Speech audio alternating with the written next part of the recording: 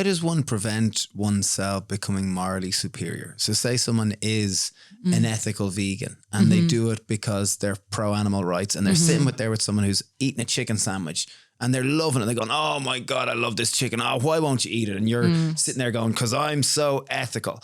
How does one prevent one becoming morally superior? Yeah. Like how does one, because it seems like it's almost like I'm better than you, and it's in our competitive society. How does one-upness society? Yeah. And especially when it comes to morals and ethics, where people can say like, well, I'm not being superficial. It's not that I'm saying I'm prettier than you or I'm smarter than you. I'm just more moral. I'm just a better person than you. But it's the same mentality. Quite often when they say, I'm not saying this because, that kind of means like they're saying, like they're saying it totally because. Right. Generally. Yeah. I mean, again, it comes down to recognizing, to focus on behavior rather than on character, you can say, and to keep the language really real and concrete and accurate, right? So if I'm looking at somebody who's eating animals and I'm not eating animals, I'm not looking at them, for instance, thinking I'm a better person than they are, because if I were raised the way that they had been raised in their brain and their body, I'd be eating animals. There's just no question about it. How could it be any other way? What I can look at is their behaviors. And I still wouldn't say my behaviors are better than theirs, or my behaviors are more ethical than theirs. That's an abstraction. It's impossible to even compare or judge. I can say that my behaviors are causing less harm, probably causing less harm to animals than their behaviors are. I mean, that's a whole other conversation, but keep your focus on the level of behaviors if you want to compare it all. But I would say get out the comparison. That's once again, it's back to the ultimate spiritual truths, which are the backbones of all morality and religious, even morality. It's like, do not judge. Like, do not judge in a sense, because you're particularly in a sense, because typical judgment leads to I'm better, I'm worse, I'm, comparison, and probably not really honoring people's integrity and their dignity. Right. And it doesn't work for you either. I mean, first of all, it's not even strategic, right? So for people who are trying to create a more vegan world, for instance, getting out of a place of judgment is one really, really good way to help further the movement, because people who feel judged are usually people who shut down to a message, so they're less likely to hear our message.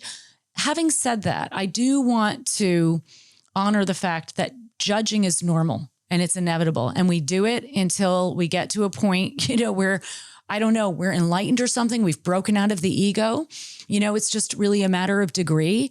And a lot of people who are awake to the fact that we are living in the midst of what can only be called a global atrocity when it comes to what the animals of this world are experiencing are deeply, deeply disturbed, understandably, rightfully so.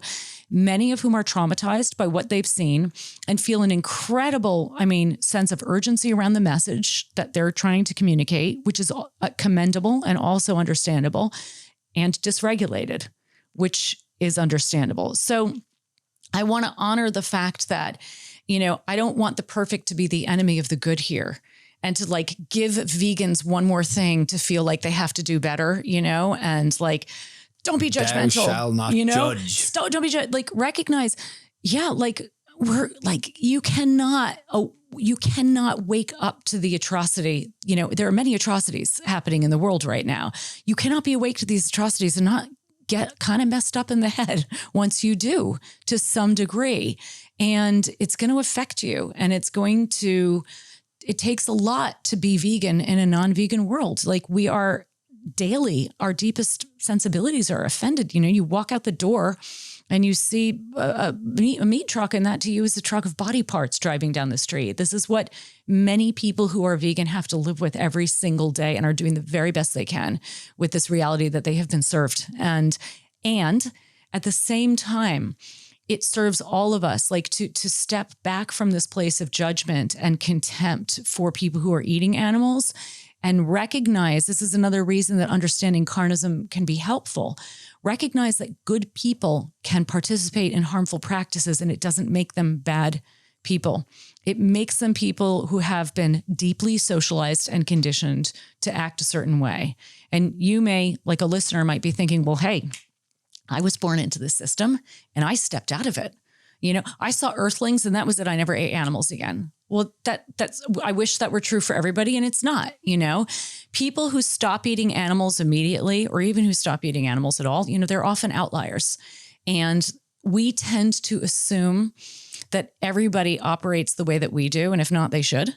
So if this worked for me, it should work for you. If I did this, you should be doing this. What's wrong with you? But we are wired so differently and so differently. And what seems so simple and reasonable to one person can feel like moving mountains to somebody else. So just as an example, years ago, I gave a talk on carnism. And this woman came up to me afterwards and she was crying and crying. She said, I agree with every word you said. It absolutely breaks my heart when I think about what's happening to the animals. And she said, I'm married to a man who is this is back when I lived in the US. She's married to a man who is, he hunts and he eats a lot of meat and he has totally different values. And I have 3 children and I have no education and I can't go on my own. And I know my husband will never go for this. And I feel really trapped right now because I want to change and I'm afraid to change and I don't think I can. And she articulated, I think, an experience that a lot of people have quite beautifully in a way. People's relationships don't have to end because one person becomes vegan, but often they do. It causes disruption in relationships, and for some people that disruption feels intolerable. Or for some people, just doing this is not. They feel so judged. If the other person changes and becomes vegan, they feel so judged their behavior. It's like, oh, I don't want to. That's right. Or they're afraid their partner's going to leave them. A person will say, I can't go vegan. My partner will leave. I can't go vegan.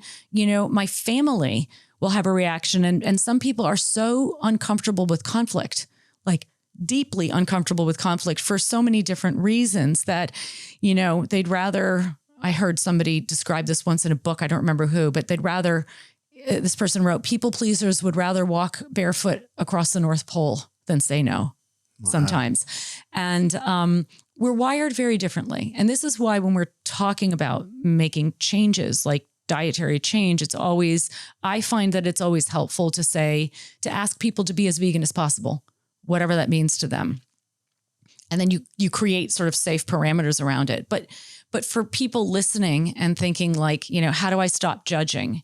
Stop judging by recognizing that people are very, very different and people make the choices they do for reasons that make total sense to them.